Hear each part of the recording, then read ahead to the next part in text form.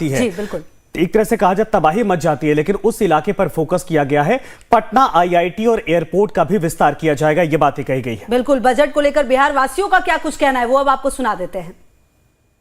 चुनावी साल में बिहार के लिए झोली भर के इस बजट में कई सारी योजनाएं दी गई हैं, कई सारी चीज़ें जो तोहफे हैं वो बिहार को मिला है। तो इस पर बात करने के लिए हमारे साथ वो एक्सपर्ट है जिन्होंने बहुत करीब से इन चीज़ों को देखा है। सर, ये मानते हैं कि बहुत सारी झोली भर के बिहार के लिए मिला है, तोहफे मिले? हाँ, ये हम कह सकते हैं। अगर सेक्टर पॉइंट ऑफ व्यू से देखा जाए तो हर एक सेक्टर में हमें बिहार को कुछ न कुछ मिला है और सेटिस्फैक्ट्री बजट इसको हम बोलेंगे। और ये एक ग्रोथ के लिए भी एक बहुत बड़ा रास्ता खुल गया है। और हमारे हेल्थ पॉइंट ऑफ व्यू से भी देखा जाए तो comprehensive and affordable health sector भी हुआ है। आप लगता है कि सबसे ज़्यादा जो टैक्स पे रियायत मिली है लोगों को, वो अनएक्सपेक्टेड था, क्या मानते हैं कि ये भी एक प्रभाव पड़ेगा एक आम लोगों की ज़िंदगी पे? यस, ये आम लोगों पे प्रभाव जरूर पड़ेगा कि ज़्यादा से ज़्यादा लोग अब टैक्स प्रीव्यू में आएंगे और उनके झोली में भी पैसे आएंगे। फिर वो उस पैसे से वो लोगों की स्पेंडिंग ये जो है वो बढ़ जाएगी। किसानों के लिए भी बहुत सारी चीज़ें दिखाई पड़ रही है, जिसमें मखाना उद्योग को लेकर। नहीं, सिर्फ मखाना ही नहीं, ओवरऑल पॉइंट ऑफ व्यू से देखा जाए तो पल्सेस वगैरह पर भी विशेष ध्यान दिया गया है। और खासकर यूरिया वगैरह नए नए उद्योग आने वाले हैं, खासकर नॉर्थ ईस्टर्न जो कि बिहार से काफ़ी नज़दीक रहेगा, तो इससे हमारे फार्मर्स को भी काफ़ी मदद मिलने वाली है। ये आप मिडिल क्लास की जो बात कर रहे हैं वो, और जितना टैक्स पर जो भी उन्होंने रिलीफ दिया है और जो उन्होंने अनाउंस किया है, ये डिपेंड करता है कि धरती पर कितना उतर सकता है। और एक ही चीज़ है बैरिंग फ्यू, जैसे टैक्स में छूट दिया, ये सब तो ठीक है, हो जाएगा। लेकिन बाकी जो उन्होंने अनाउंस किया है, ये तो अब अगले साल पता चलेगा कि इन्होंने जीडीपी का ग्रोथ इतना बताया, इसका ग्रोथ इतना बताया, होता है कि नहीं होता है। तो अभी हम लोग हवा में बात कर रहे हैं ना अभी आपस में कि ना इतना बोल दिया, इतना बोल दिया, इसका मतलब क्या वो हो जाएगा? ऐसा नहीं। अगर आप हमसे कहिएगा तक जमीन पर न उतरे, जब तक जमीन पर नहीं उतरे, अगर आप कहिएगा कि 10 में कितना नंबर देना चाहिएगा आप, तो हम इसमें 10 में 4 नंबर देना चाहेंगे। बजट पेश हुआ है, इसमें आज की बात होनी चाहिए। आगे क्या होगा इसकी बात आज करने की आवश्यकता नहीं है। आज जो बजट पेश हुआ है वो बहुत ही अच्छा पूरे देश के लिए और खास करके बिहार के लिए ये बहुत ही सराहनीय बजट है। बिहार को इसमें हर तरह से तवज्जो दिया गया है। सीतारमन जी ने बिहार की साड़ी पहन के इस बजट को पेश किया है। बिहार के हर क्षेत्र को उन्होंने ध्यान में रखा है, चाहे वो कृषि हो, चाहे वो शिक्षा हो, हर एयरपोर्ट हो, उन्होंने हर तरह बिहार को प्राथमिकता दी है। और इनकम टैक्स स्लैब में भी उन्होंने जो बदलाव किए हैं उससे भी सारे भारतवासी इससे जो जनता को उम्मीद थी उस पर खड़े उतर। देखिए, 100% तो कभी भी कोई आदमी खड़ा नहीं उतरता है, लेकिन ये बहुत ही अच्छा बजट माना जाएगा। इसको हम 10 में से 8 अंक जरूर देते हैं। 10 में से 8 अंक देंगे।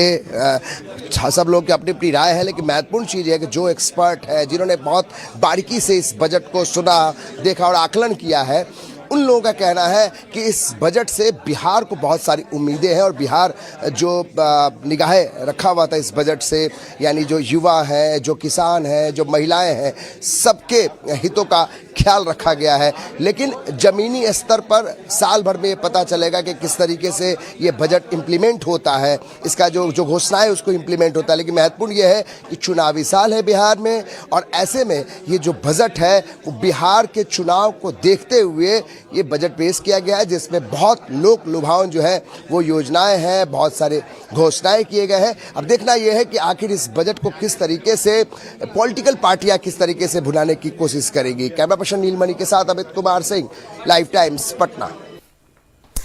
तो देखिए, लोगों का रिएक्शन आपने देखा, कई लोग खुश हैं, कई लोग इस बात का इंतजार कर रहे हैं कि कितना वक्त लगेगा और उसके बाद देखेंगे क्या कुछ बिहार को मिला है। बहरहाल जेडीयू के कार्यकारी राष्ट्रीय अध्यक्ष और सांसद संजय झा ने बजट में बिहार का ध्यान रखने के लिए वित्त मंत्री को शुक्रिया कहा है। मखाना बोर्ड का गठन, ग्रीनफील्ड एयरपोर्ट और कोसी प्रोजेक्ट को आर्थिक मदद के मुद्दे पर संजय झा ने कहा कि बिहार के विकास के लिए ये कदम बहुत बड़े, बहुत जरूरी भी है।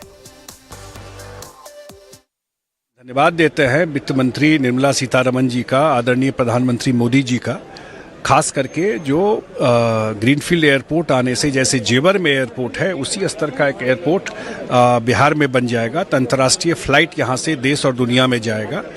और जो मखाना बोर्ड का अनाउंसमेंट हुआ है, अब मखाना पूरा मिथिला एरिया में होता है, वहाँ से पूरा देश और दुनिया में जाता है।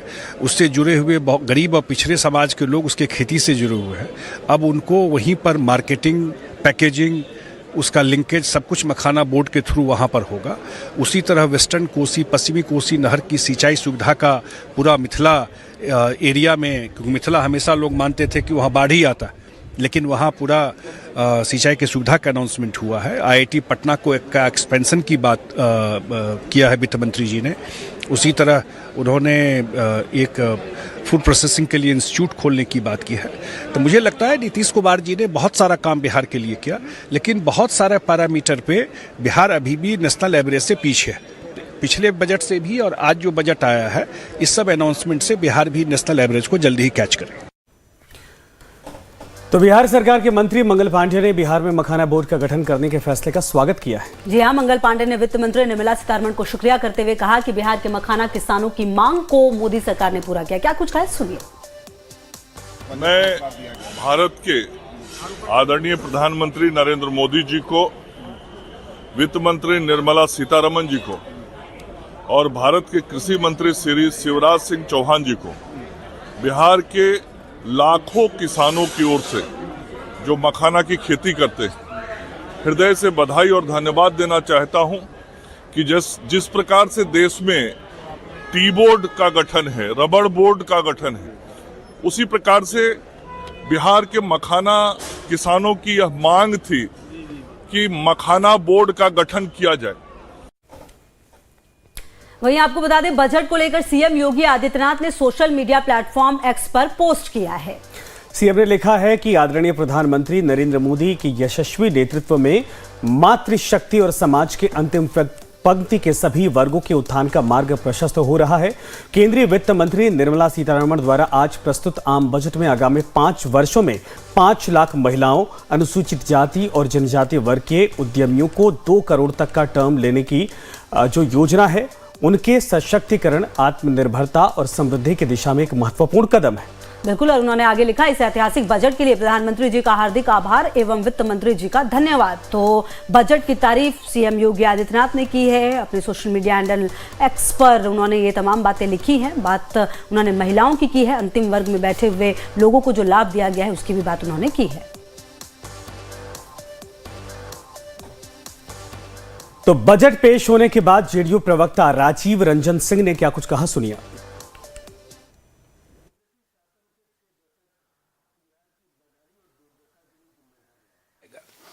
हम ये मानते हैं कि आधारभूत संरचना, शिक्षा, पर्यटन और कृषि के क्षेत्र में बिहार की जो अपेक्षाएं हैं वो पूरी तरह से ये बजट उस पर खरा उतरा है। और दूसरी तरफ अगर हम राष्ट्रीय परिप्रेक्ष्य में देखें तो मध्य वर्ग को लेकर के विपक्ष बहुत हमलावर था, लेकिन आज इनकम टैक्स के लिमिट को 12 लाख रुपए किया गया कि इसके 12 लाख की आय तक कोई कर देय नहीं होगा। टीडीएस के सरलीकरण और अनेक ऐसे बड़े फैसले लिए गए जिसमें कैंसर जैसे असाध्य रोगों के